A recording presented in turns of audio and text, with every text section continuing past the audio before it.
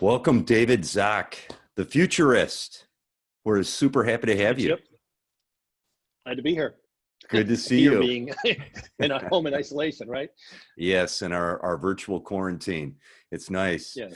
So I'm really intrigued by the opportunity to have a conversation with you. You're somebody that I've been following for many years. You're a well-known futurist, and I've always wanted to ask you, in your mind, how do you find or define what a futurist is? I'd love to hear your definition of it. Sure. And I think mine is a little different than a lot of people who call themselves futurists. Hmm. I do actually have a degree in it from the University of Houston. So it's a real degree from a real university. And a lot of people who approach this, you know, they're trying to predict the future. And if I could predict the future, I wouldn't be talking to you. I'd be on my own island right now. I'd be isolated on a paradise. Um, what I try to do is help people understand how to think about it rather than telling them what to think. I'm not making decisions for them. I have no special insights other than one very specific thing. And that's that I don't know what the future holds. Leaving all these people going, oh, well, they have all these ideas and they get vulnerable. They get taken by sort of the articulate incompetents who are selling something. Mm-hmm. And it's whenever I hear a forecast about the future, I always want to know, is there a profit motive behind the profit motive? If we agree with them, if we go along with what they say, are they going to get rich? Are they going to gain power? What's really going on here in that regard? I love it. Now, what got you interested in it? I mean, we talked briefly about the fact that when we start thinking about a futurist or somebody that starts to conceive of what the potential could be, immediately my mind goes to a Gene Roddenberry, or one of my first thoughts. What got you interested in it? And I'd love to follow that question up. Maybe you can interlace some of this into the answer. What are some of the triggers? What are some of the signs? What are some of the markers that you look for when you start to set out and formulate your thoughts on this? Well, it's funny, you mentioned Gene Roddenberry. Star Trek, I was 10 years old when that first came on, and we were only allowed 1 hour a week of television. And my oldest brother got really good grades. He watched it. I had to sneak down into the basement and hide behind the couch to watch the first episode. So my first episode of Star Trek was like this. But what I loved about Star Trek, what I still love about it, is there is this optimistic and hopeful sense of whatever comes in our way, we have the resources, we have the talent, we have the problem-solving ability to work our way through that. And I know you want to be a futurist, so here's a real simple rule. Everybody can be a futurist if they think about the implications of choices or decisions times 3. What are the implications of the implications of the implications? And you've seen how people do mind maps, where they go, all right, they'll say, if this, then this. And we're really good at going, if this, then this. Where we fall down is, and then what?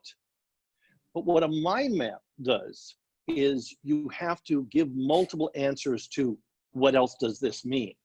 So it's this, and this. And then you take those and you extrapolate out, well, what else does that mean? What could that mean?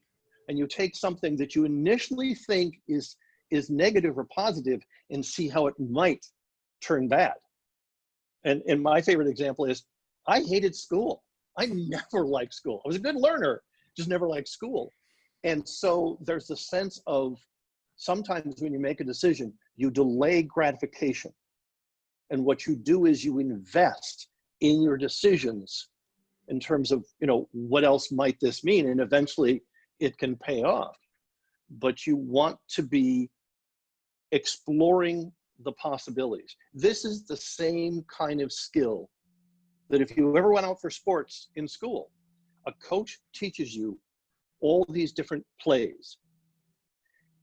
but you may never encounter that exact play. You won't in the real life. But what the training you, teaching you plays, teaches you how to play, how to respond no matter what comes your way. And so it is always about sort of being in the present.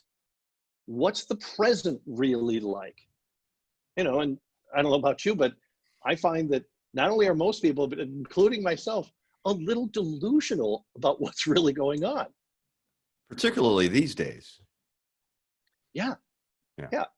And, you know, it's funny, you listen to people, there's this thing called hindsight bias, where we go back and rewrite our past, say, well, you know, we all knew this was going to happen.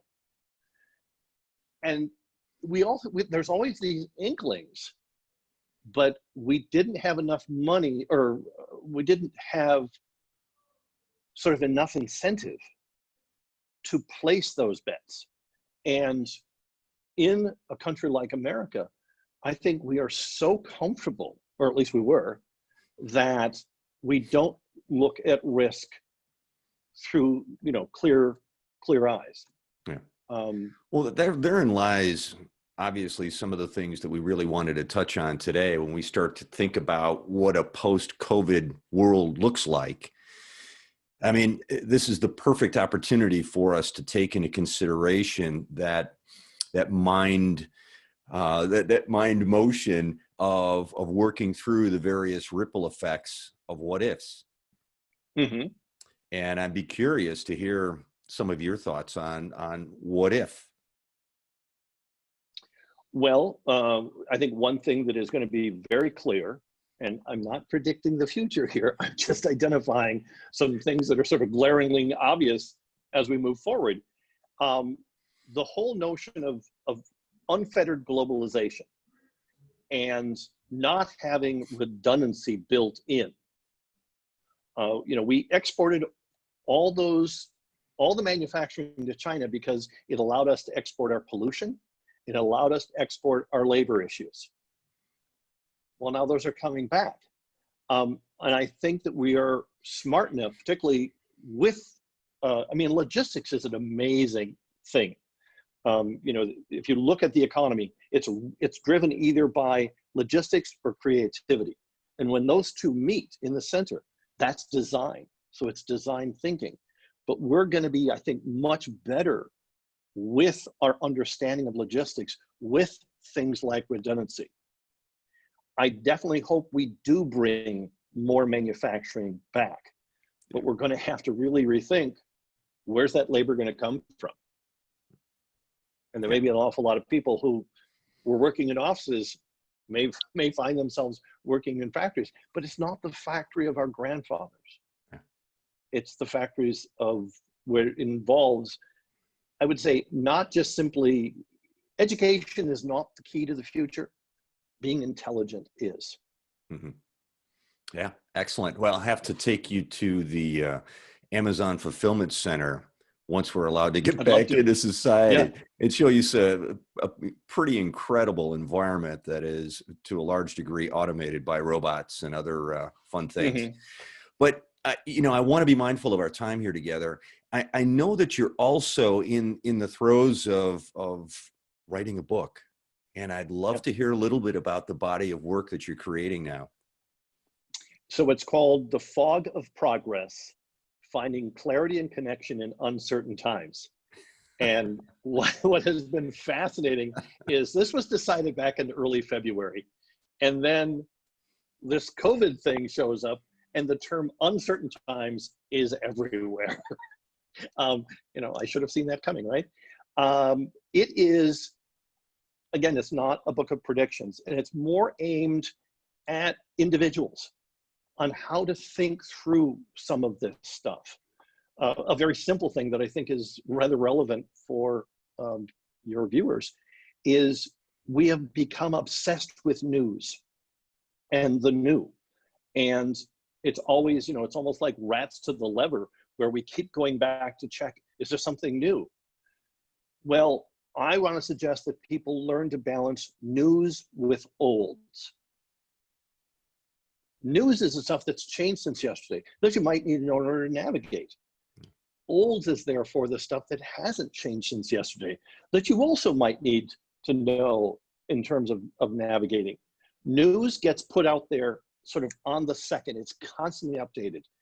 Look for things that have been synthesized, thought through. I mean, the obvious example are books, or, you know, museums. But anything that has shown a little bit of sort of passing the test of time. And we have become convinced that new is good, new is improved. But it isn't. New does not mean good, and old does not mean outdated. And the older I get, the more I agree with this. Well, I really appreciate that insight very, very much, David. Hey, I think we're at the end of our 10 minutes, and I'd love to ask you if you're ever interested, would you be open to doing another encore presentation? Well, see what your viewers think, but yes, from my point of view, it'd be fun. Oh, great. Well, thank you so much. I really appreciate your time. All right. Stay Okay, thanks, healthy. Chip. Bye-bye. Yeah, you too. Bye.